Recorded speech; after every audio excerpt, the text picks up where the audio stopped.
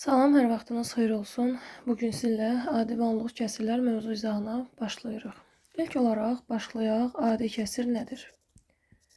Adi kəsir A və B hər ikisi natural ədədlər olduqda A bölünsün B şəklində olan ifadə adi kəsir adlanır. Olan ifadədir. Nümunə göstərsək, məsələn, yazıram bura 5-də 3, 4-də 2, 3-də 7, 6-da 5 və s. Deməli, nə dedik? A və B hər ikisi natural ədədlər olduqda A bölünsün B şəklində olan kəsir, ifadə, adi kəsir adlanır. İndi isə kəsirin hissələrlə təsvirinə baxaq. Hissələrlə təsvir. Hissələrlə təsvir nə deməkdir? Tutaq ki, sizə hər hansı bir dairə verib, düzdürmü? Bunu 4 hissəyə bölüb, bunun 3 dənə hissəsi rənglənib, düzdür? İndi sizdən rənglənmiş hissəni istəsə, bunu necə ifadə edəcəksiniz? Neçə hissəyə bölünüb ümumilikdə? 4 hissəyə. Onu yazırsınız aşağıda. Neçə hissəsi rənglənib? 3 hissəsi. Yazırsınız yuxarıda. Bu oldu sizdə rənglənmiş hissənin göstərilməsi. Rənglənməmiş hissə desə, rənglənməmiş hissə desə, yenə də ümumilikdə neçə hissəyə bölünüb? 4 dənə hissəyə. Neçə hissəsi rənglənməyib? 1 hissəsi rənglənməyib. Oldu. 4də 1 hissəsi rənglənməmiş oldu. Başqa bir nümunə göstərək. Məsələn, sizə bir düzbucaqlı verilib. Bu düzbucaqlını 6 dənə bərabər hissəyə bölüblər və bunun tutaq ki 5 hissəsi rənglənib. Düzdür? İndi burada rənglənmiş hissəni yazsam, rənglənmiş hissə yenə də neçə hissəyə ümumi bölünüb? 6 hissəyə. Neçə hissəsi rənglənib? 5 hissəsi. Yazırıq yuxarıda. Rənglənməmiş desə, rənglənməmiş hissə desə, bu zaman yenə də neçə hissəyə bölünüb? 6 hissəyə. Neçə hissəsi rənglənməyib? 1 hissəsi. Oldu 6-da 1. İndi isə biz baxaq nəyə? Tutaq ki, sizə A bölünsün B kəsiri verilib. Düzdür? Bu A bölünsün B kəsirini biz bölmə əməli forması, yəni A böl B kimi yaza bilərik. Bu B-də A kəsirini A böl B kimi də yaza bilərik. Burada A həm sürət adlanır, həm də bölünən adlanır. B məxrəc adlanır, həm də bölən adlanır. Bu kəsir xətti isə bizdə bölmə əməli olacaq. Yəni bölmə işarəsi. Yəni nə başa düşdük? Bu A bölünsün B kəsirində A sürətdir, B məxrəc. Başa düşdük? Yəni bunlar belə bu qayda ilə yazılır. İndi isə adi kəsirin növlərinə baxaq. Bu bizim adi kəsir. Adi kəsir 2 yerə ayrılır. Birincisi düzgün kəsirdir. İkincisi isə düzgün olmayan kəsirdir. Deməli, birincisi nə oldu? Düzgün kəsir. İkincisi isə düzgün olmayan kəsir adlanır. Düzgün kəsir odur ki, sürəti məxrəcindən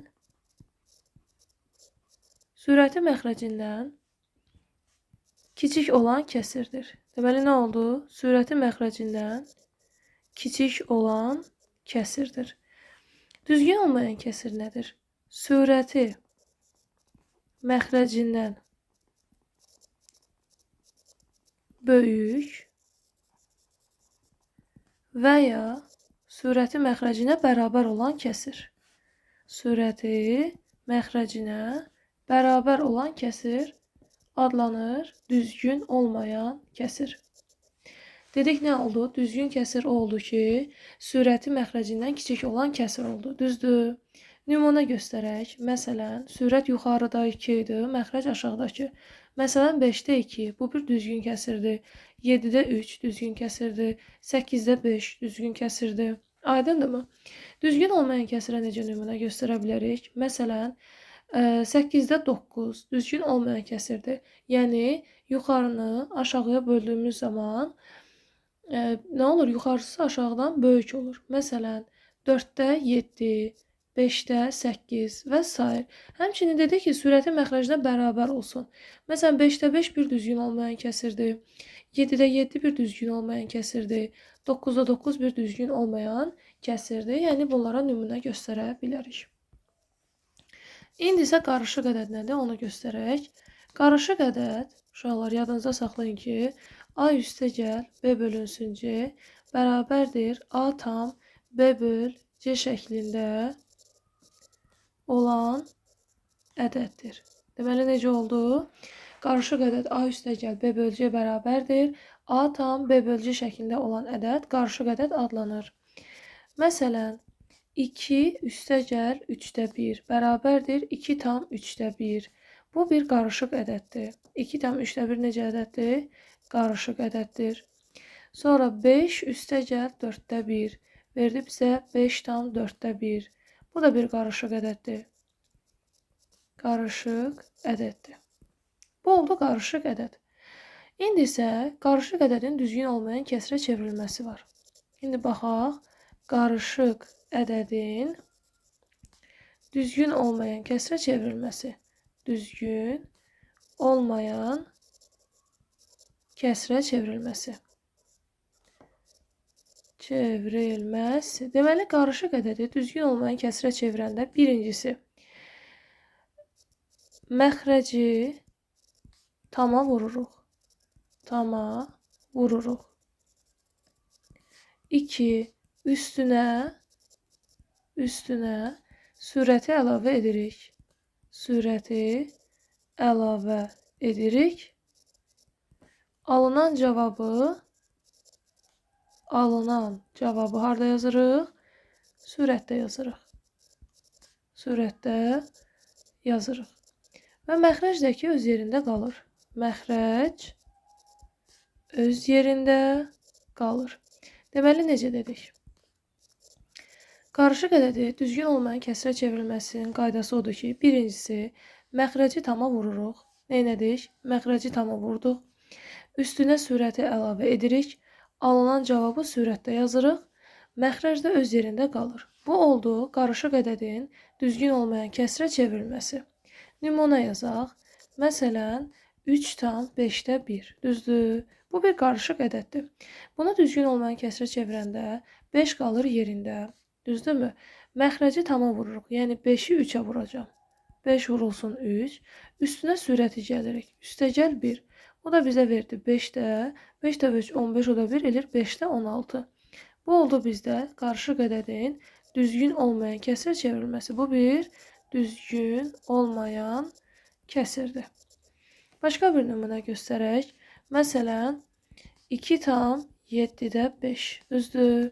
Məxrəc yerində qalır. Məxrəci tama vururuq. 7-ni 2-yə vurduq. Üstünə də sürəti gəlirik. O da bizə verir 7-də 19. Bu da nədir?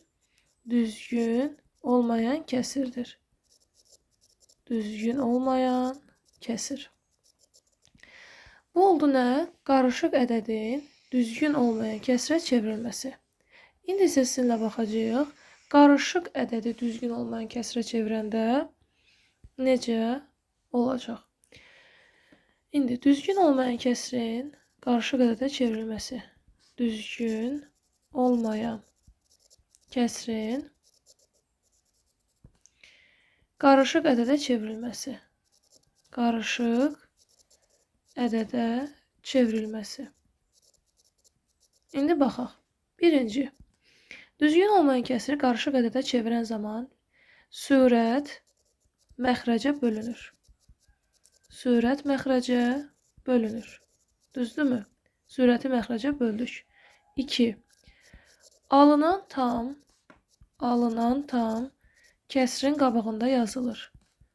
Alınan tam kəsrin qabağında yazılır. Məxrəc yerində qalır. Məxrəc yerində qalır. Qalıq isə sürətdə yazılır. Qalıq isə nə olur? Sürətdə yazılır.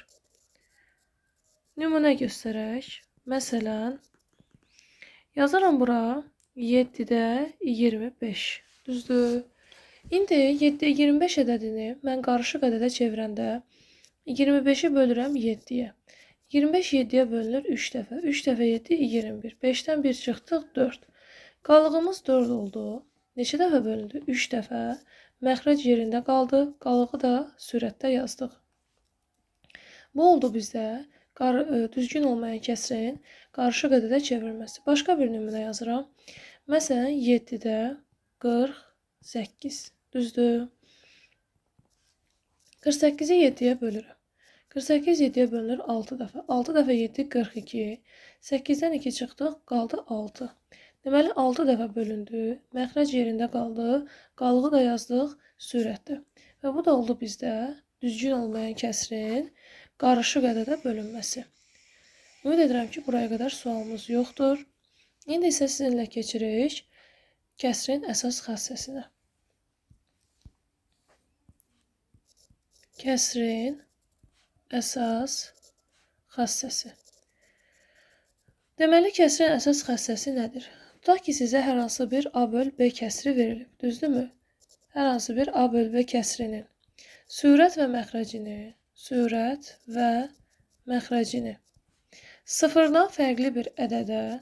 sıfırdan fərqli bir ədədə vurmaq ya da bölmək olar. Kəsrin sürət və məxrəcini sıfırdan fərqli bir ədədə vurmaq ya da bölmək olar. Bu zaman kəsrin qiyməti dəyişmir. Nə olar? Kəsrin qiyməti dəyişməz. Buna deyilir kəsrin əsas xassəsi. Məsələn, A böl B kəsridir. Mən bunun sürətini də bir K-ya vururam. Məxrəcini də bir K-ya vururam. Bu zaman kəsrin qiyməti dəyişmir. Elə olduğu kimi qalır. Məsələn, yazıram bura 5-də 2. Mən bu 5-də 2-nin sürətini də 3-ə vurub, məxrəcini də 3-ə vursam, məndə 15-də 6 alınacaq və bu 15-də 6 kəsri 5-də 2 kəsrinə bərabər kəsirdir. Yəni, eyni qiymətə bərabərdir hər ikisi. Ya da hər ikisini bölə bilərəm. Məsələn, başqa bir nümunə göstərirəm. Yazıram 15-də 10. Mən bunun sürətini də 5-ə bölə bilirəm, məxrəcini də 5-ə bölə bilirəm. Burada alınan 3-də 2 kəsri ilə 15-də 10 kəsri eyni kəsrlərdir. İndi isə keçirik kəsrin ixtisarına. Kəsrin ixtisarı. Kəsrin ixtisarı nədir? Kəsrin ixtisarı kəsrin sürət və məxrəcinin vahiddən fərqli. Vahid nə deməkdir? Yəni birdən fərqli. Vahiddən fərqli bir ədədə bölünməsidir. Deməli, kəsrin sürət və məxrəcinin vahiddən fərqli bir ədədə bölünməsi kəsrin ixtisarı adlanır. A vur K, məsələn, B vur K, yəni sürətdə də məxrəcdə də eyni bir K vuruğu varsa, biz kəsrin sürət və məxrəcini həmin o K ədədinə bölürük, yazırıq A bölünsün B. Bu adlanır kəsrin ixtisarı. Kəsrin ixtisarına aid indi nümunələrə baxaq.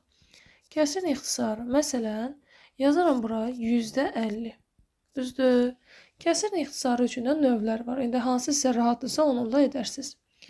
Məsələn, deyirik ki, kəsrini ixtisar edin.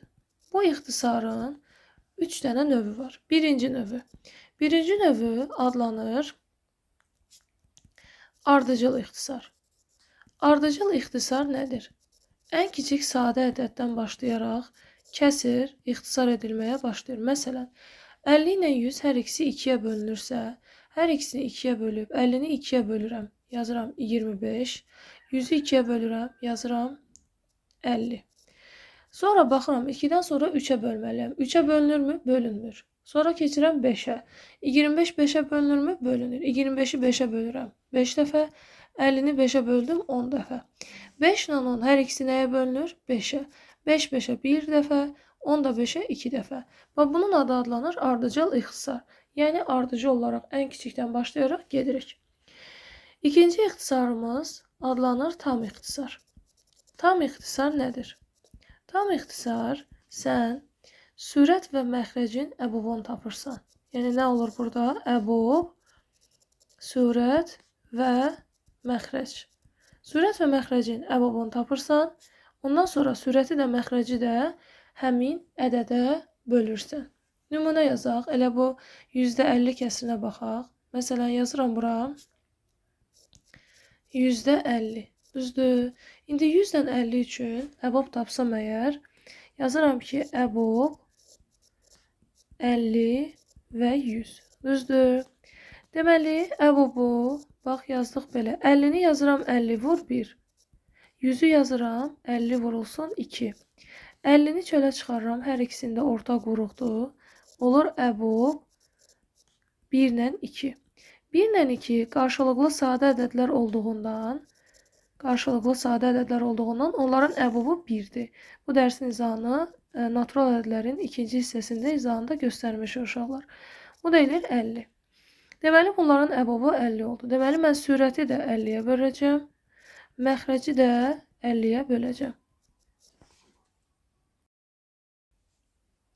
Deməli, 50-ni 50-yə böldük, bizə 1 verdi, 100-ü 50-yə böldük, bizə 2 verdi. Bu adlandı tam ixtisar. Yəni, tam olaraq ixtisar elədik.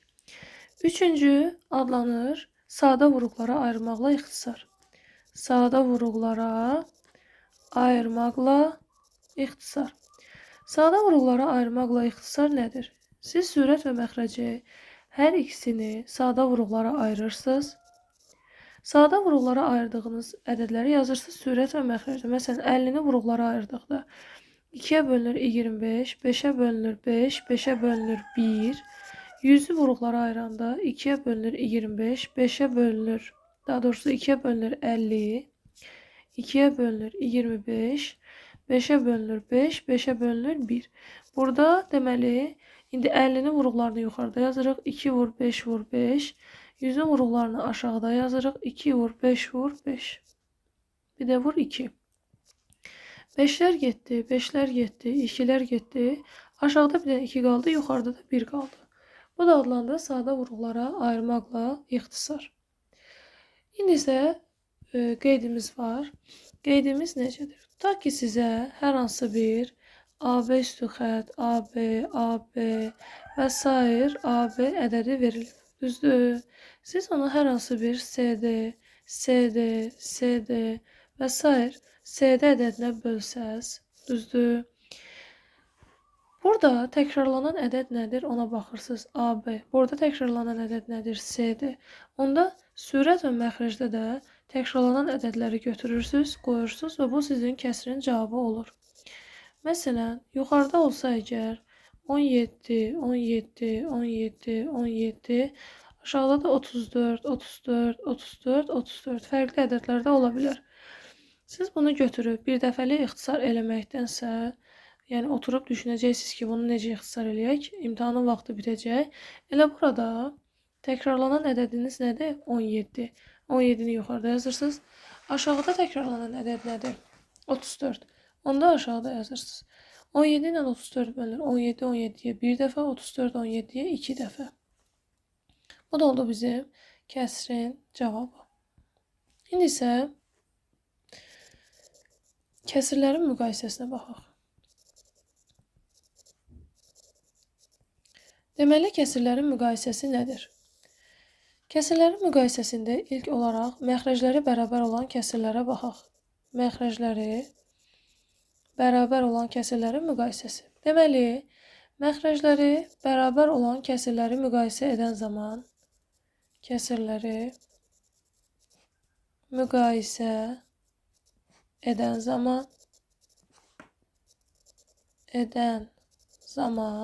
sürəti böyük olan böyükdür.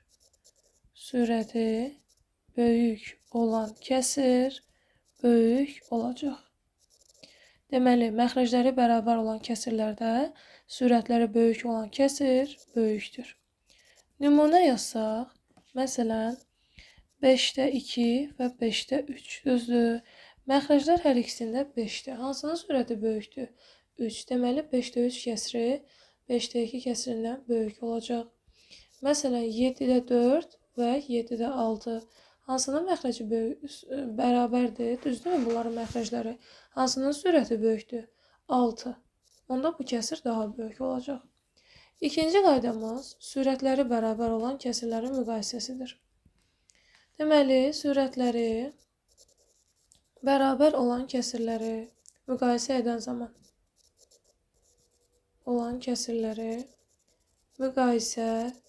zaman deməli, sürətləri bərabər olan kəsirlər, yəni yuxarı hissələr, belə deyək, bərabər olan kəsirləri müqayisə edən zaman hansının məxrəci kiçikdirsə, o kəsir daha böyükdür. Məxrəci kiçik olan böyükdür. Deməli, sürətləri bərabər olan kəsirləri müqayisə edən zaman məxrəci kiçik olan böyükdür.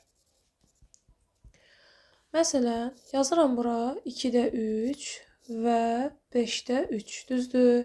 Hər ikisinin sürəti 3-dür. Sürətləri bərabər olan kəsirlərin müqayisəsində dedik ki, hansının məxrəci kiçikdirsə, o kəsir daha böyükdür. Məsələn, yazıram bura 4-də 7 və 9-da 7, düzdürmü? Hansının məxrəci kiçikdir? 4-də 7 kəsirinin məxrəci daha kiçikdir. Onda 4-də 7 kəsir 9-da 7 kəsirindən daha böyük olacaq.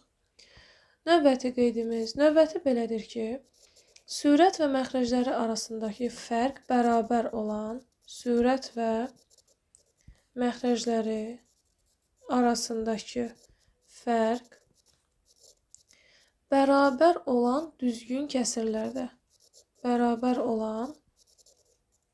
düzgün kəsirlərdə,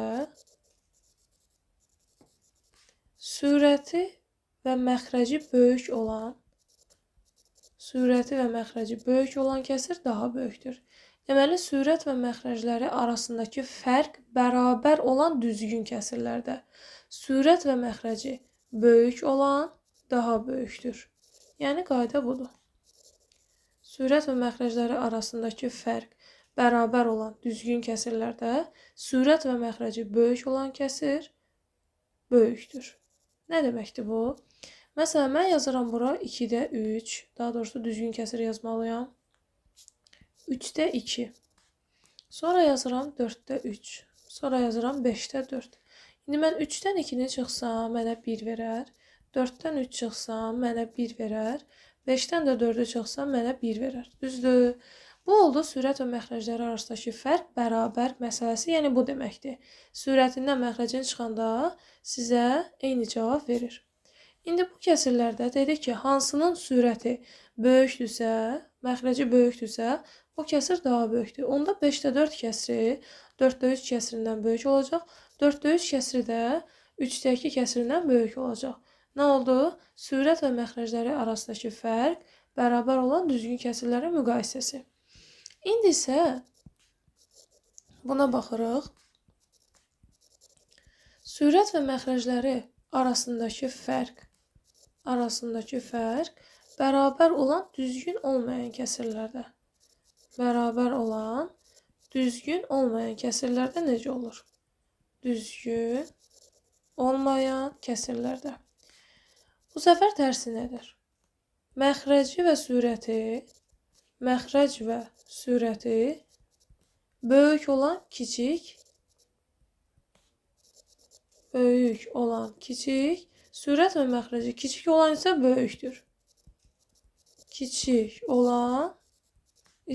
böyükdür.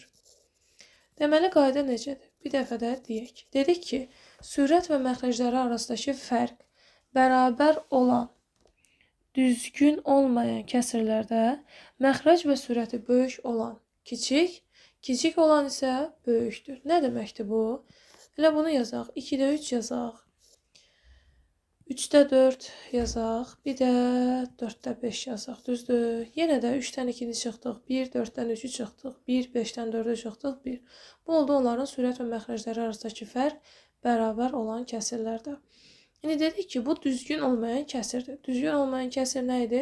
Sürəti məxrəcindən böyük olan kəsirə düzgün olmayan kəsir deyilir. İndi bu düzgün olmayan kəsirlərdə hansının sürət və məxrəci kiçikdirsə, o kəsir daha böyükdür. Yəni 2-də 3, 3-də 4-dən daha böyükdür. 3-də 4 də 4-də 5-dən daha böyük olacaq. Başqa bir nümunə yazsaq, məsələn 6-da 8 yazıram. Ondan sonra yazıram 10-da 12. Ondan sonra yazıram 12-də 14. Düzdür? 8-dən 6-nı çıxsam mənə 2 verir. 12-dən 10-u çıxsam mənə 2 verir. 14-dən 12-ni çıxsam mənə 2 verir. Yəni bunların bütün sürət və məxrəcləri arasındakı fərq bərabərdir. İndi burada müqayisə edəndə hansının sürət və məxrəci kiçikdirsə, o kəsir daha böyükdür. İndi isə baxırıq növbəti. Növbəti qaydamız belədir ki, sürət və məxrəcləri tamamilə fərqlidir. Bu səfər yəni nə fərq, məsələn, deyim ki, sürətindən məxrəcinin çıxanda eyni bir cavab alırıq, ya da məxrəcindən sürətin çıxanda eyni bir cavab alırıq. Xeyr. Sürət və məxrəcləri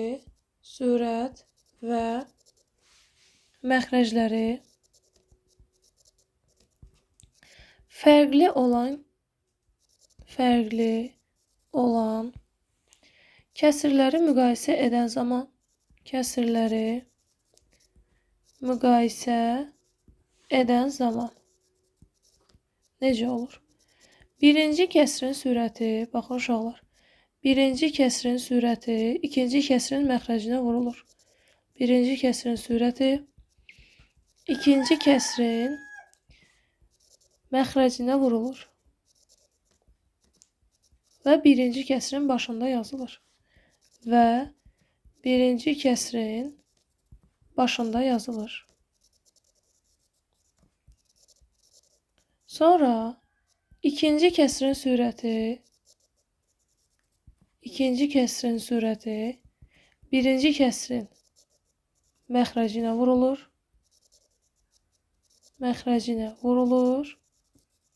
və ikinci kəsrin başında yazılır. Sonra hansı tərəf böyükdürsə, o tərəfə işarəni qoyursunuz. Nümunə göstərək. 9-da 8 və 7-də 5. Bunlar da fərqli kəsirlərdir, düzdürmü? Neyinirik? Dedik ki, birinci kəsirin sürətini ikinci kəsirin məxrəcinə vururuq. Yəni 8-i 7-yə vururuq və birinci kəsirin başında yazırıq. Sonra ikinci kəsirin sürətini birinci kəsirin məxrəcinə vururuq və yazırıq ikinci kəsirin başında. Düzdürmü? Nə aldıq burada? Birinci tərəfdə aldıq 56, ikinci tərəfdə aldıq 45. Hansı tərəf böyükdür? 56 45-dən böyükdür. Onda 9-da 8 kəsiri də 7-də 5-dən böyük olacaq. Başqa bir nümunə yazsaq, 8-də 3 yazıram, bir də 7-də 4 yazıram. Eyni qayda ilə 3-ü vururam 7-yə, yazıram bunun başında, elədi 21. 4-ü vururam 8-ə, yazıram bunun başında, 4 dəfə 8 elədi 32. Düzdürmü? 21-dən 32-dən hansı daha böyükdür? Bu kəsir daha böyük olacaq ondan. Bu da oldu sürət və məxrəcləri fərqli olan kəsirlərin müqayisəsi. İndi isə keçək sizinlə uşaqlar adi kəsirlər üzərində əməllər. Adi kəsirlər üzərində əməllər. Deməli, adi kəsirlər üzərində əməllərdən ilk olaraq danışaq sizinlə məxrəcləri eyni olan kəsirlərin toplanması və çıxılması. Məxrəcləri eyni olan kəsirlərin toplanması və çıxılması. Məxrəcləri eyni olan kəsirləri toplayan ya da çıxan zaman məxrəc öz yerində qalır. Məxrəc öz yerində qalır. Sürətləri toplayır və ya çıxırsız. Sürətlər toplanılır və ya çıxılır. Bu oldu məxrəcləri eyni olan kəsirlərin toplanması və çıxılması. Məsələn, yazıram bura 5-də 3, üstə gəl 5-də 1. Düzdür? Məxrəclər qalır yerində, çünki məxrəclər eynidir. Sürətlər nədir? 3 üstə gəl 1, o da bizə verdi 5-də 4. Düzdürmü? Başqa bir nümunə yazıram. Məsələn, 5-də 3 çıx 5-də 1. Bu səfər çıxılmasına baxaq. Yenə də məxrəclər qalır yerində. 3-dən 1-i çıxıram. O da bizə verir 5-də 2. Yəni bu qayda ilə yazırıq. Ondan sonra növbəti qaydamız belədir ki, kəsirlərin ən kiçik ortaq məxrəci gətirməsi. Kəsirlərin ən kiçik ortaq məxrəci gətirilməsi nə deməkdir? Deməli, tutaq ki, sizə məxrəcləri fərqli olan 2 dənə kəsir verilib. Məxrəcləri fərqli olan 2 kəsir verilib. Məsələn, 5-də 3 və 10-da 7. Düzdür? Deyir ki, sizə bunları ortaq məxrəcə gətirin. Ortaq məxrəcə gətirəndə məxrəclərin əkobunu tapırsınız. 5 ilə 10-un əkobunu tapırsınız. 5 ilə 10-un əkobunu tapanda 5-i yazıram 5 vur 1, 10-u yazıram 5 vur 2. Ortaq vuruq nədir burada? 5. 5-i çıxartdıq çölə. Qaldı əkob 1 ilə 2. 1 ilə 2 necə ədədlərdir? Qarşılıqlı sadə ədədlərdir. Qarşılıqlı sadə ədədlərin əkobu nədir? Onların hasilidir. Bu da bizə verdi 10. Deməli, bunların ortaq məxrəci 10 imiş. Mən bunu 10-a gətirməliyəm. İndi bu 5-də 3-ü 10-a gətirəndə gələn məxrəci mən 2-yə vurum. 2-yə vurdumsa aşağını, yuxarını da 2-yə vurmalıyam ki, mənim kəsirim dəyişməsin. Olsun 10-da 6. Eyni qayda ilə 10-da 7-yə dəymirəm. Bu da oldu 10-da 7 ilə öz yerində qaldı. Bu da oldu kəsirlərin ortaq məxrəcə gətirilməsi. Sonra bir də var ki, kəsirlərin, məxrəcləri fərqli olan kəsirlərin toplanması və çıxılması. Deməli, məxrəcləri fərqli olan kəsirləri toplayan ya da çıxan zaman. Deməli, məxrəcləri fərqli olan kəsirləri toplanması və çıxılması. Toplanması və çıxılması. Deməli, dedik ki, məxrəcləri fərqli olan kəsirləri toplayan və ya çıxan zaman. Birinci, məxrəclərin əkobu tapılır. Nə olur? Məxrəclərin əkobu tapılır. Məxrəclərin əkobunu tapdıqdan sonra tapdığımız əkob, yəni belə yazaq, tapılan əkob birinci kəsrin məxrəcinə bölünür. Birinci kəsrin məxrəcinə bölünür. Alınan cavab birinci kəsrin sürətinə vurulur.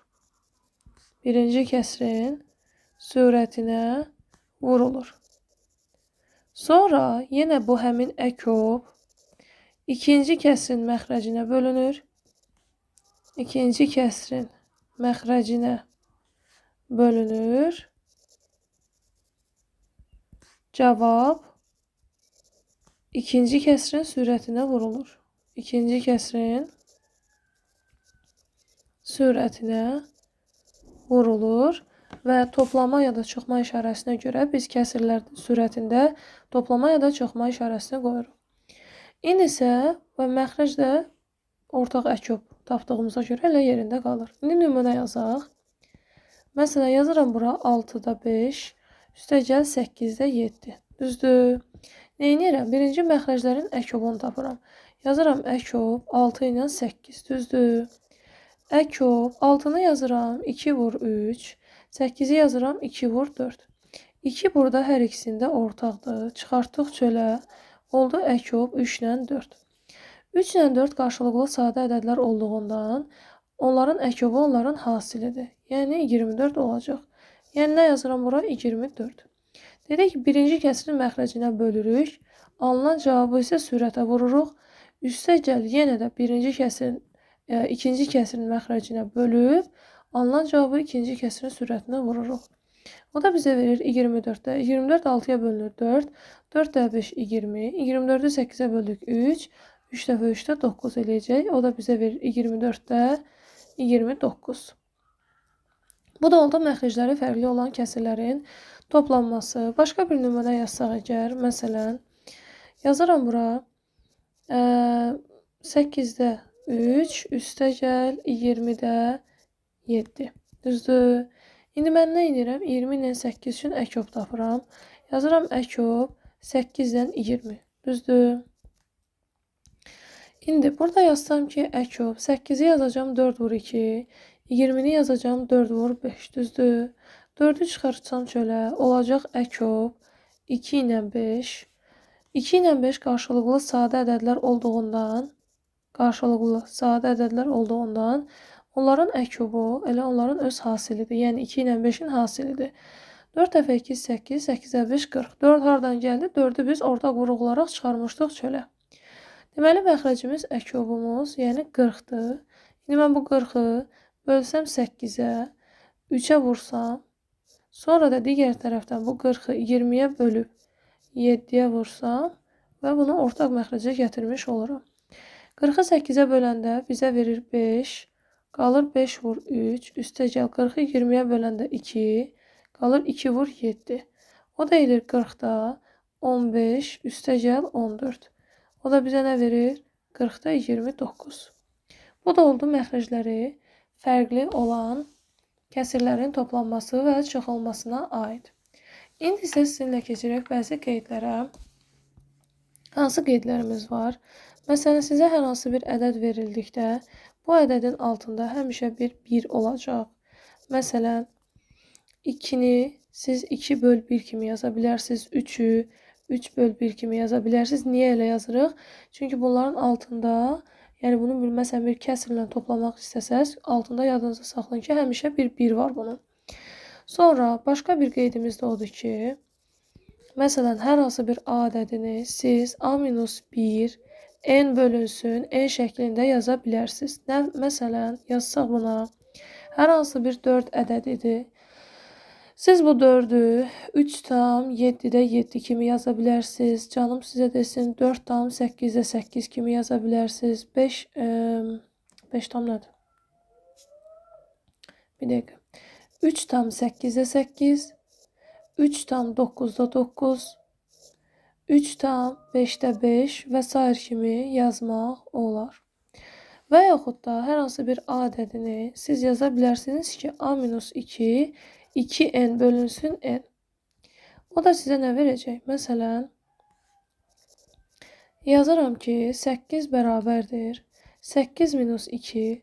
2 vurulsun 5 yazdımsa yuxarıda, aşağıda da 5 yazmalıyım. Yəni, nəticə olaraq eyni bir şey verəcək mənə. O da edir 6/5-də 10. Nə oldu? 6/5-də 10 olmuş oldu. Sonra məxrəcləri fərqli olan kəsirləri dedik. İndi isə adi kəsirlərin vurulmasına baxaq. Adi kəsirlərin vurulması. Adi kəsirlərin vurulması qaydası odur ki, iki kəsri bir-birinə vuranda, iki kəsri bir-birinə vuranda sürət sürətə, məxrəc məxrəcə vurulur. Sürət sürətə, məxrəc məxrəcə vurulur. Məxrəcə vurulur və sürətdə və ya məxrəcdə həmin ədədlər yazılır.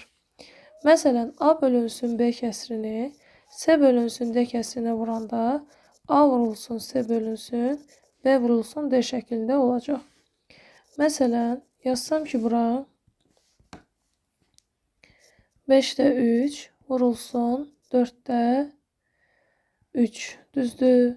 Neyinirik? Sürəti sürətə vururuq. Məxrəci məxrəcə vururuq. O da bizə verir 20-də 9. Məsələn, 6-da 2 vurulsun 7-də 5. 2-ni 5-ə vururuq. 6-nı 7-yə vururuq. O da bizə verir 42-də 10. İxtisarda aparmaq olar. İndi isə kəsirlərin bölünməsinə baxaq. Kəsirlərin bölünməsi də odur ki, iki kəsri bir-birinə bölən zaman birinci kəsir yerində qalır. Bax, iki kəsri bir-birinə bölən zaman iki kəsri bir-birinə böləndə birinci kəsir yerində qalır. Birinci kəsir yerində qalır. Bölmə vurmaya çevrilir. Bölmə vurmaya çevrilir. Və ikinci kəsir tərsinə yazılır. İkinci kəsir tərsinə yazılır və vurulur. Yazılır və vurulur. Məsələn, A bölünsün B, bölünsün S bölünsün D şəklində olan kəsirdir. Mən bunu yaza bilərəm. A böl B vurulsun D böl S. Məsələn, bir dənə nümunə yazsaq buna. 5-də 2 bölünsün 3-də 2. Birinci kəsir yerində qalır. Bölmə vurmaya çevrilir. İkinci kəsir tərsinə yazılır. 2-lər getdi. Qaldı 5-də 3. Başqa bir nümunə yazıram. 6-da 5 bölünsün 12-də 10. İndi yazıram 6-da 5 qalır öz yerində. Bölmə vurmaya çevrilir. İkinci kəsir tərsinə yazılır. 5 5-ə bir dəfə, 10 5-ə 2 dəfə, 6 6-ya bir dəfə, 12 6-ya 2 dəfə. Bu elədir 2-də 2.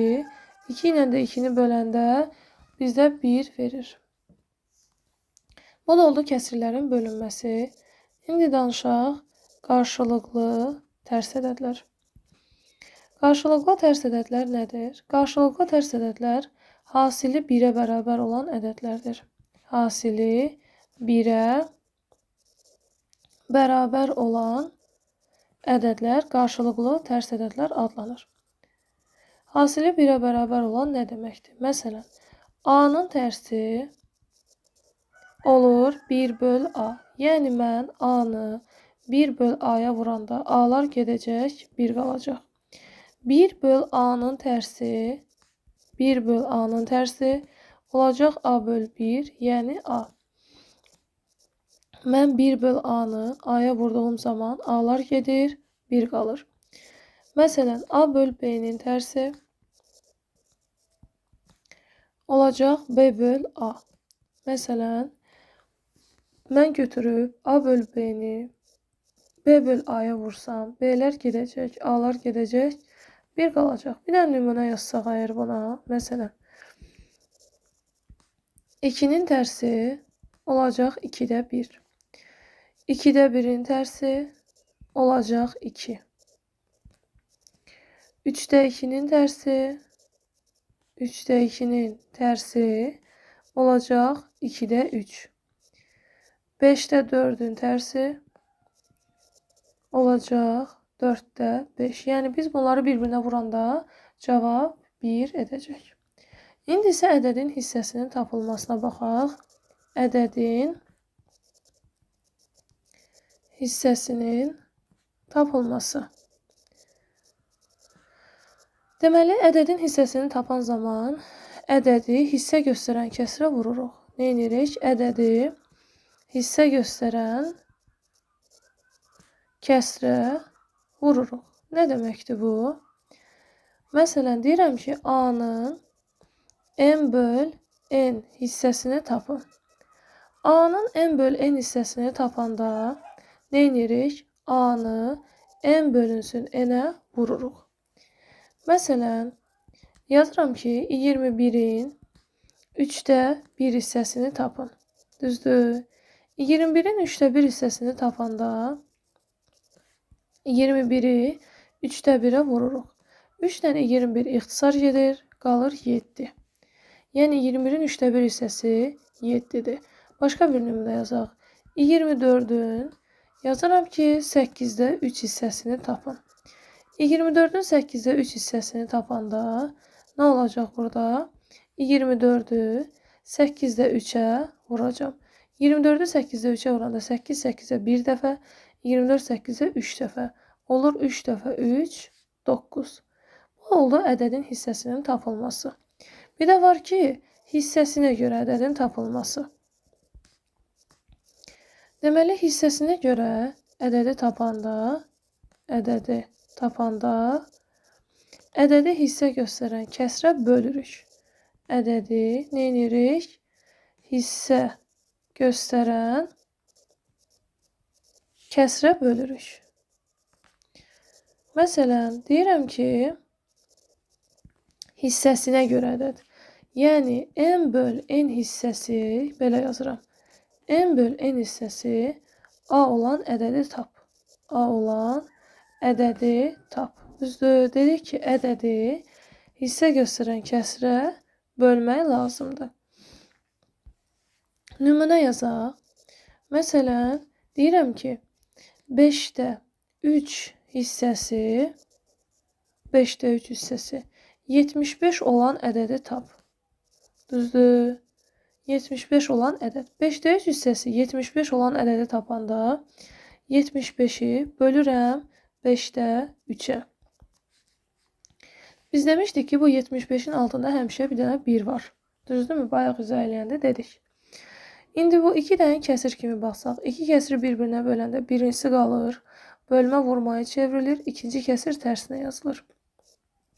3 3-ə bir dəfə, 75 3-ə 25 dəfə. Qalır 25 vurulsun 5, 25'i də 5'ə vuranda bizə 125 verəcək. Bu da oldu bizdə hissəsinə görə ədədin tapılması. İndi növbəti qaydamız budur ki, bir ədədin digərinin hansı hissəsi olduğunun tapılması.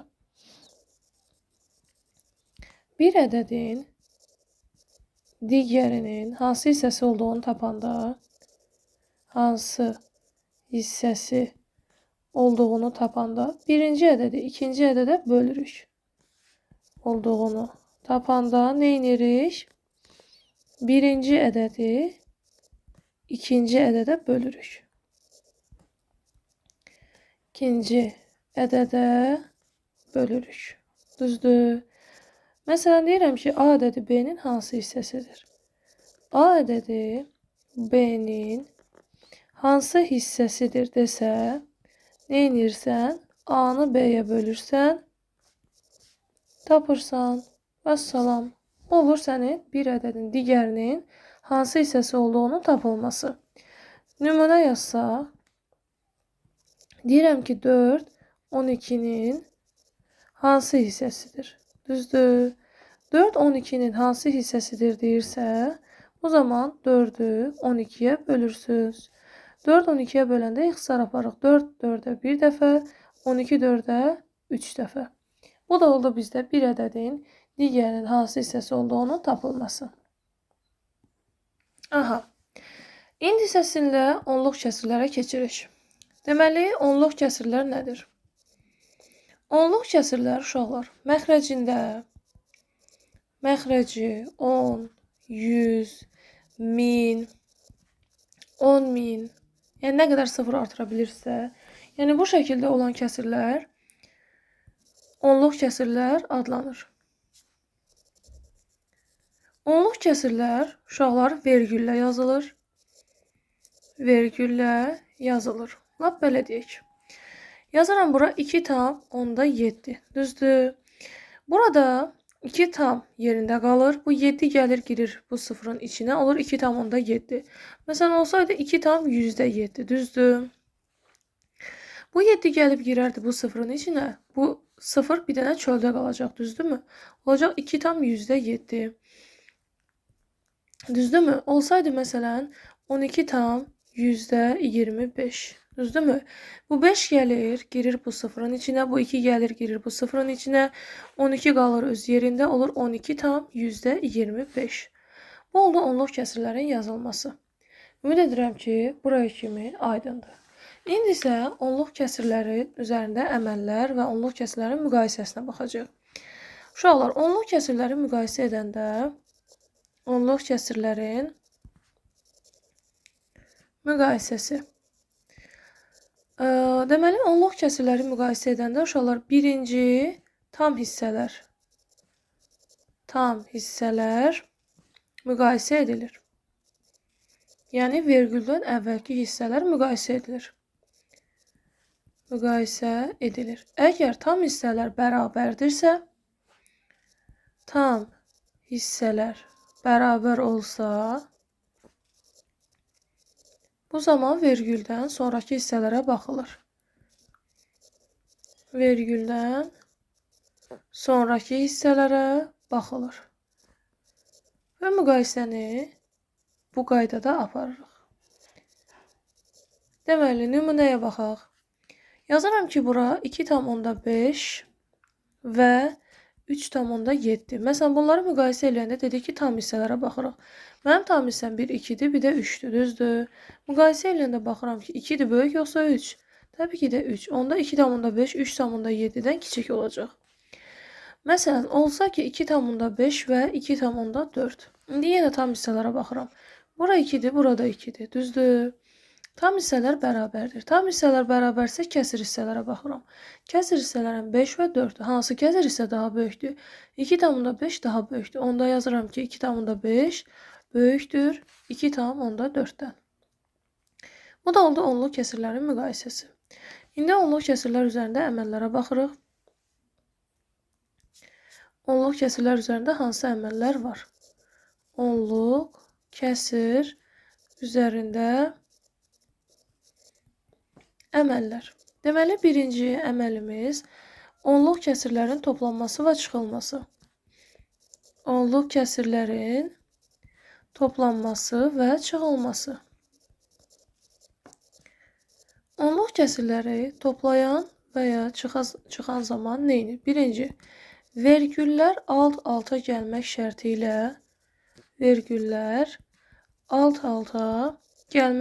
ilə toplanılır və ya yazılır. Düzdür?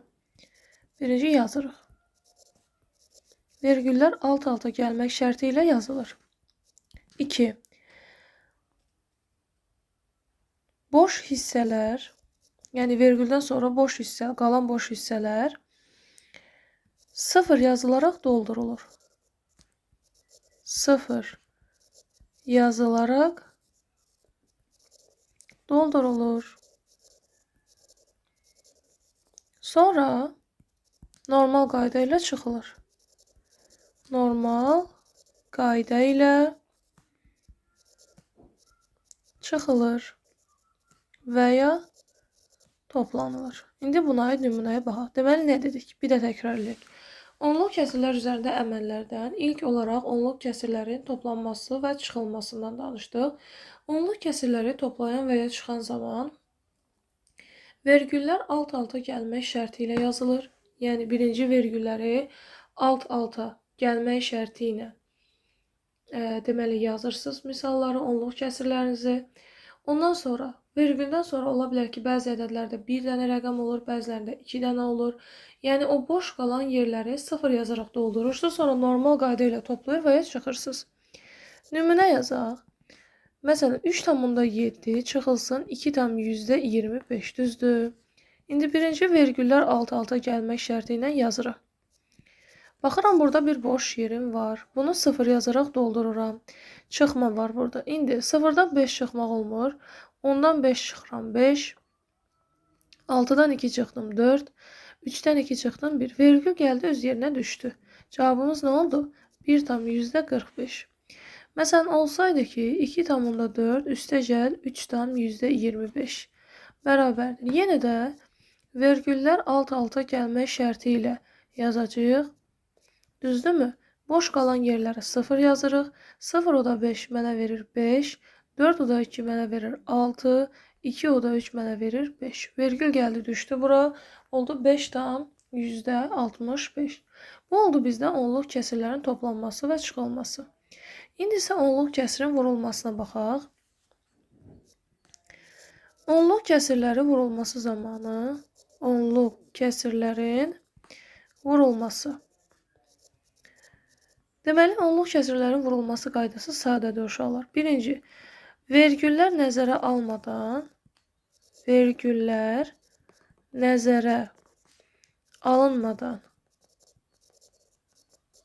alt-alta yazılır və vurulur. Bəs vergül hara gedir? Vergülü də indi qaydasını deyəcəm. Deməli, dedik ki, onluq kəsirlərin vurulmasında birinci, vergüllər alt-alta gəlmək şərti ilə alt-alta gəlmək neydi? Vergüllər nəzərə alınmadan alt-alta yazılır və vurulur. Bəs vergül necə atılırdı? Baxın, vergüldən sonraki rəqəmlərin sayı, vergüldən sonraki rəqəmlərin sayı sondan əvvələ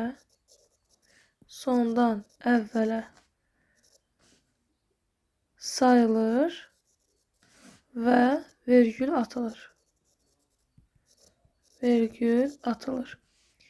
Bir də nümunə deyək. Məsələn, 2,5 vurulsun 3,25 düzdür. Dedi ki, vergülləri nəzərə almadan yazırıq. 3,25 vurulsun 2 tamında 5. 5 daha 5 25. 5 yazdık 2 yadda. 5 dəfə 2 10. O da 2 12. 2 yazdıq 1 yadda. 5 dəfə 3 15. O da 1 16. 5 dəfə 2 10. 0 yazdıq 1 yadda. 2 dəfə 2 4. O da 1 5. 3 dəfə 2 6.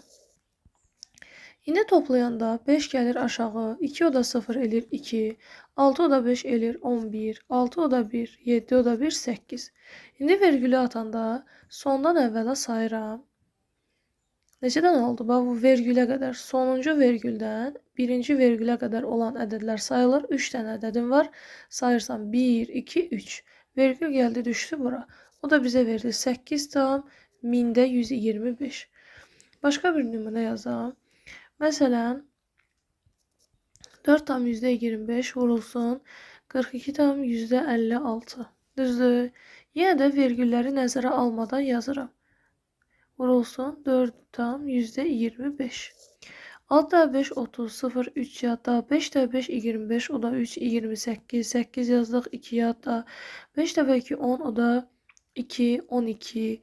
2 yazdıq 1 yadda. 5 dəfə 4 20 o da 1 21. 6 dəfə 2 12. 2 yazdıq 1 yadda. 5 dəfə 2 10 o da 1 11. 1 yazdıq 1 yadda.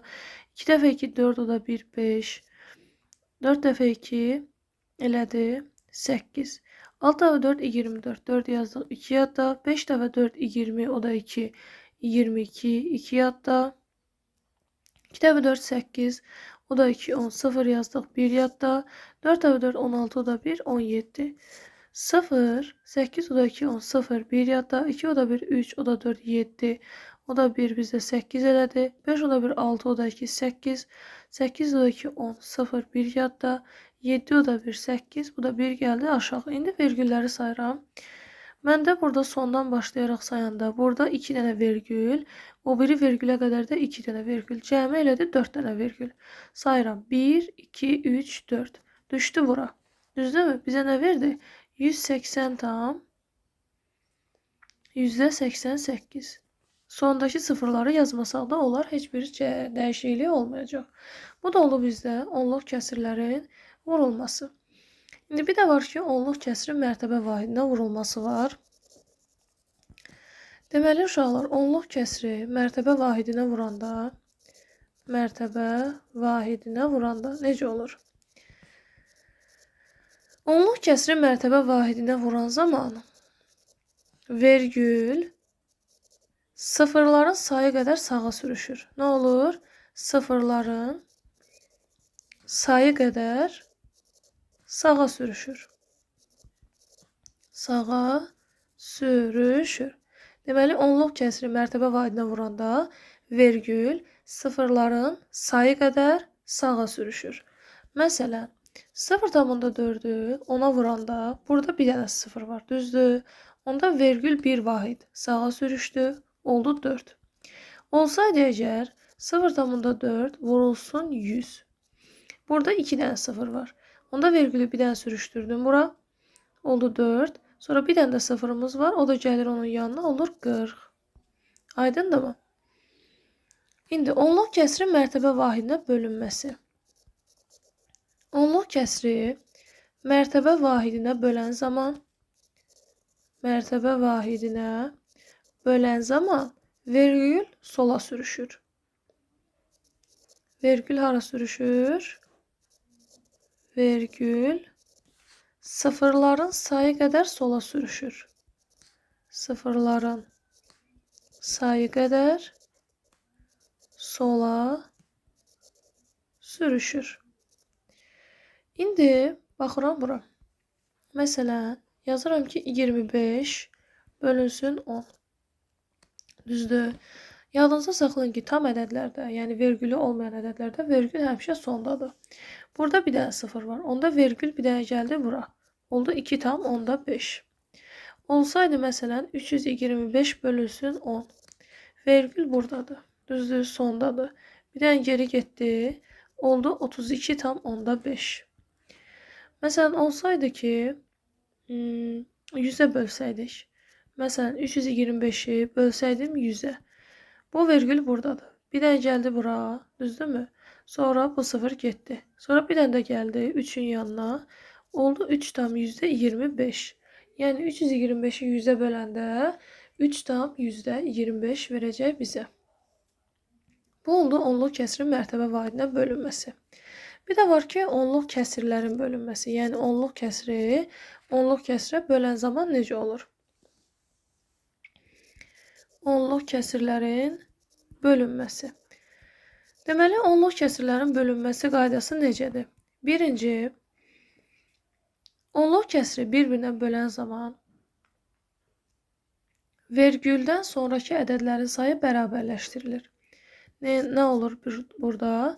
Deməli, vergüldən sonraki ədədlərin sayı bərabərləşdirilir. Ədədlərin sayı 0 yazılaraq bərabərləşdirilir. Nə olur? 0 yazılaraq bərabərləşdirilir. Sonra isə vergüllər atılır və bölünür. Sonra nə olur? Sonra vergüllər atılır və bölünür. Normal qayda ilə bölürsünüz. İndi buna aid misala baxaq. Deməli, birinci yazıram bura. Məsələn,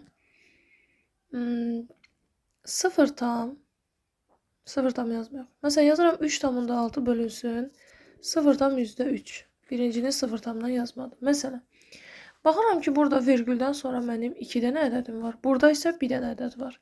Dedi ki, vergüldən sonraki ədədlərin sayı 0 yazılaraq bərabərləşdirilir. Düzdür?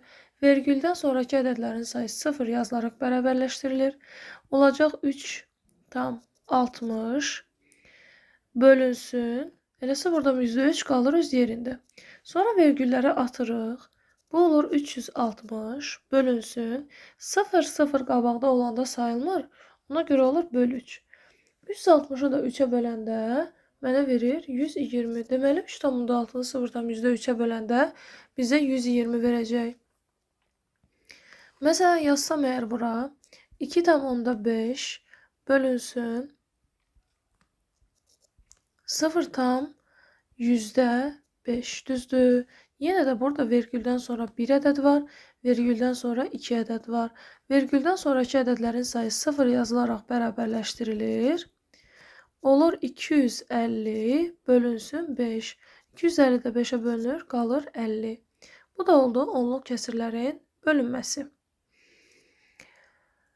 Onluq kəsirin mərtəbə vahidinə vurulmasını dedik, onluq kəsirin mərtəbə vahidinə bölünməsini dedik. İndi isə onluq kəsiri adi kəsirə çevirəndə necə olacaq? Deməli, onluq kəsirin adi kəsirə çevrilməsi. Adi kəsirə çevrilməsi. Deməli, onluq kəsiri adi kəsirə çevirən zaman birinci, tam hissə olduğu kimi saxlanılır. Nə olur? 1. Tam hissə olduğu kimi saxlanılır. Olduğu kimi saxlanılır. Yəni, vergüldən əvvəlki hissə nədirsə, olduğu kimi elə qalır. Sonra ikinci, tam hissə olduğu kimi saxlanıldı. Sonra vergüldən sonraki hissə. Vergüldən sonraki hissə sürətdə yazılır. Məxrəcdə bəs nə yazılır? Məxrəcdə isə vahid, yəni 1 və məxrəcdəki ədədlərin sayı qədər, yəni onların sayı qədər, məxrəcdəki ədədlərdə uşaqlar, onların deyəndə burada məxrəcdəki ədədləri nəzərdə tuturam. Onların sayı qədər 0, 1-in yanına yazılır. Nümunə göstərək. Məsələn, 6 tam %53 onluq kəsirini adi kəsirə çevirəndə birinci 6 qalır öz yerində. Vergüldən sonraki hissə nədir burada? 53. Bunu yazırıq sürətə. Məxrəcdə dedik ki 1 yazırıq. Bir də vergüldən sonra neçə dənə ədəd varsa onların sayı qədər də 0 yazırıq. Məsələn, olsaydı burada 3 tam 1000-də 125 düzdür? 3,125. Elə ağzımızla da deyirik 3 tam 1000-də 125. 3 qalır kəsrin qabağında. Sürətdə vergüldən sonrakı ədədi yazırıq. Yəni 125 yazdıq sürətdə. Məxrəcdə isə 1 yazırıq. Bir də onların sayı qədər də 0 yazırıq. Yəni 3 dənə rəqəm varsa, 3 dənə də 0 yazmış oluruq. Bəs adi kəsri onluq kəsrə necə bölürük? Çeviririk daha doğrusu. Adi kəsri onluq kəsrə çevirəndə sürəti məxrəcə bölürük. Vəssalam. Nə olur burada? Deməli, sürəti məxrəcə bölürük. Bu oldu bizdə adi kəsrin onluq kəsrə çevrilməsi. Məsələn, yazıram burada 2-də 5, düzdür? 2-də 5 adi kəsirdir. Bunu onluq kəsrə çevirəndə 5-i 2-yə bölürəm. 5 2-yə neçə dəfə bölünür? 2 dəfə. 2 dəfə 2, 4. 5-dən 4 çıxdım 1. 1 2-yə bölünmür. Vergül altdan 0 gəldi. 12-yə bölünür 5 dəfə. 5 dəfə 2, 10. Cavabımız oldu 2,5. Məsələn, 4-də 1 olsaydı, 1-i bölürəm 4-ə. 1 4-ə neçə dəfə bölünür? Bölünmür. Bura bir dənə 0 atıram, bura bir dənə 0 gəlir. 14-ə neçə dəfə bölünür? 2 dəfə. 2 dəfə 4, 8. Ondan 8 çıxanda neçə elir? 2. 2 4-ə bölünürmü? Bölünmür. Bir dənə 0 atıram, bura 5 gəlir. 5 dəfə 4, 20. Deməli, 4-də 1 kəsirimiz oldu. 0,25. Bu da oldu bizdə adi kəsrin onluq kəsrə çevrilməsi. İndi isə uşaqlar, dövrü onluq kəsrə baxaq. Dövrü onluq kəsirlər. Dövrü onluq kəsir nədir? Yəni, adı üstündə bəlli olduğu kimi, sürəti məxrəcə böləndə, yəni adi kəsirdə, sürəti məxrəcə bölən zaman,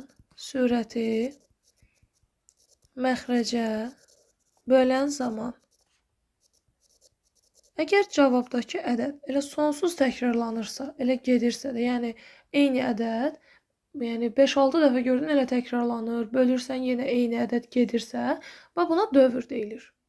Nə deyilir buna? Dövr deyilir. Yəni, sürəti məxrəcə bölən zaman alınan cavab sonsuz təkrarlanırsa, bu dövrü onluq kəsir adlanır. Dövrü onluq kəsir adlanır. Məsələn, 3-də 1 kəsirini götürək. Nümunə göstərək. 1-i 3-ə böləndə 0 atdım bura, 0 gəldi bura. 13-ə bölünür 3 dəfə. 3 dəfə 3, 9. Ondan 9 çıxdıq 1, 0 gəldi. 13-ə yenə bölünür 3 dəfə. 3 dəfə 3, 9. Ondan 9, 1. 13-ə görürsünüz uşaqlar. Yəni, bu elə təkrarlanıb gedir. Buna deyilir dövr onluq kəsir. 0,3, 3, 3 və s. Bu oldu dövr onluq kəsir. Məsələn, burada yaza bilərəm 6-da 1 kəsirini. Məsələn, 6-da 1 kəsirində necə olacaq? 1-i 6-ya bölürəm. 1 6-ya neçə dəfə bölünür? Təbii ki, bölünmür. 0 atdım, vergülü atdım, 0 gəldi bu 1-in yanına. 16-ya bölünür 1 dəfə. 1 dəfə 6, 6. Ondan 6 çıxdın 4. 4 6-ya yenə bölünmür. Bir dənə 0 atıram. 46-ya bölünür 6 dəfə. 6 dəfə 6 elədi 36. Ondan 6 çıxdıq 4. Yenə 0 gəldi. 6 dəfə 6, yenə 36. Bax, belə sonsuz gedir. Düzdür? Yenə gedir belə. Ona görə də burada nə olacaq artıq? 0,1, 6, 6, 6 və s. bu qayda ilə gedəcək. Bu dövr onluq kəsirlər özləri neçə yerə ayrılır? Dövr onluq kəsirlər də özləri 2 yerə ayrılır. Birinci, saf dövrü onluq kəsirdir. Saf dövrü onluq kəsir nədir? Yəni, vergüldən sonra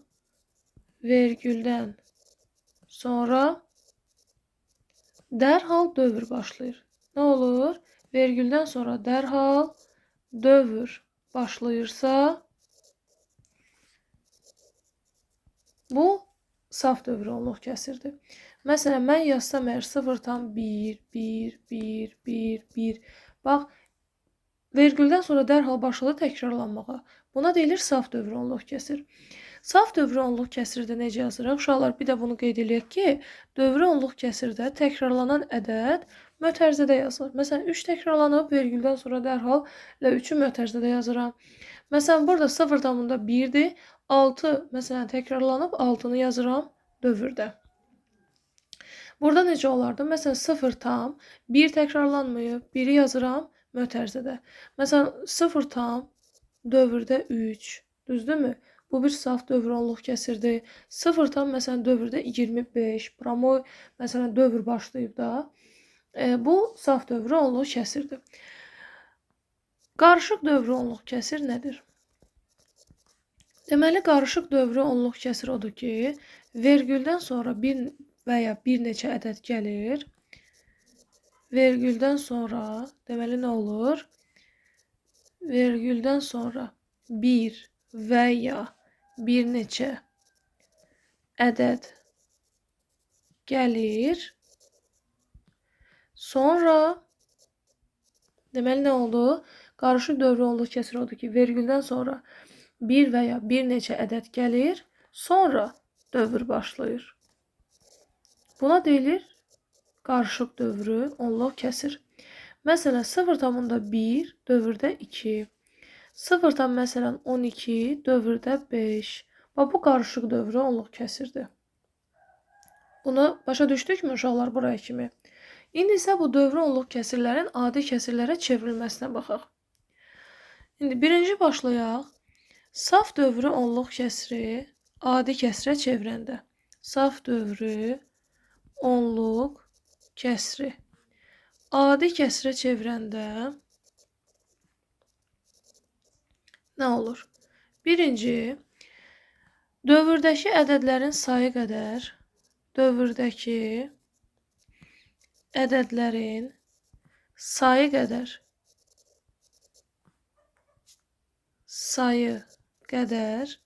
9 məxrəcə yazılır. Nə olur? Dövrdəki ədədlərin sayı qədər 9 məxrəcə yazılır. Sonra dövrdəki ədəddə sürətə yazılır.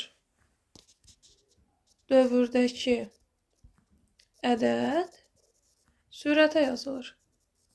Sürətə yazılır. Bu oldu saf dövrü onluq kəsirin adi kəsirə çevrilməsi. Məsələn, belə bir nümunə 0 dövrdə A. Bu saf dövrü onluq kəsirdir. Burada dövrdə neçə dənə ədəd var? 1 dənə. Düzdür? Bir dənə 9 yazdım məxrəcdə. Dövrdə hansı ədəd var? A. A-nı yazdım sürətə.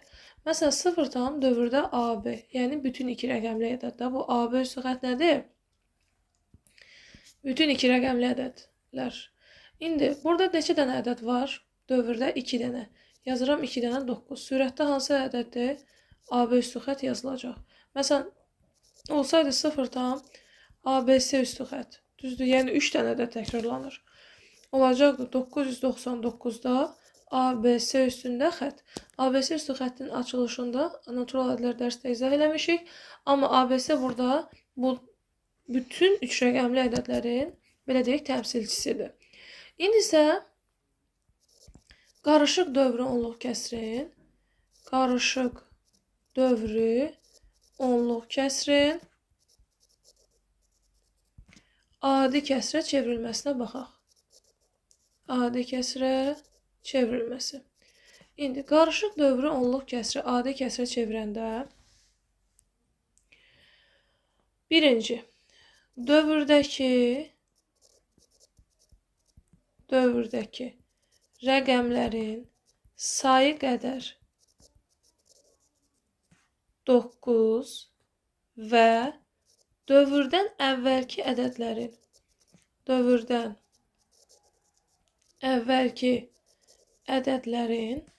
sayı qədər 0 məxrəcə yazılır. Neylədik? Dövrdəki rəqəmlərin sayı qədər 9 və dövrdən əvvəlki ədədlərin sayı qədər 0 məxrəcdə yazılır. 2. Sürətdə nə olur? vergüldən sonraki ədəddən, yəni vergüldən sonra neçə dənə ədəd qalıbsa, vergüldən sonraki ədəddən dövrdən əvvəlki ədədi çıxırıq. Nə olur?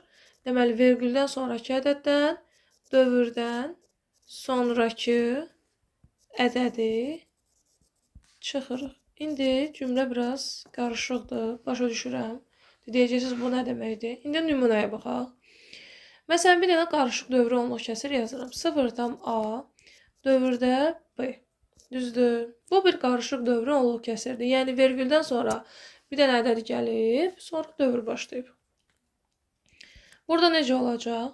Dövrdə neçə dənə ədədimiz var? Bir dənə. Bir dənə 9 yazdım. Dövrdən əvvəl neçə dənə ədədimiz var? Bir dənə. Bir dənə də 0 yazdım. Sonra vergüldən sonra hansı ədədimiz var? AB üstü xətt, yəni AB yazdım. Dövrdən dedi ki, vergüldən sonraki ədəddən, yəni AB üstü xəttdən çıxıram dövrdən əvvəlki ədədi, yəni A-nı. Bu da oldu bizdə qarışıq dövrü onluq kəsirin AD kəsirə çevrilməsi. Məsələn, olsaydı ki, 0,a dövrdə BC üstü BC, düzdür.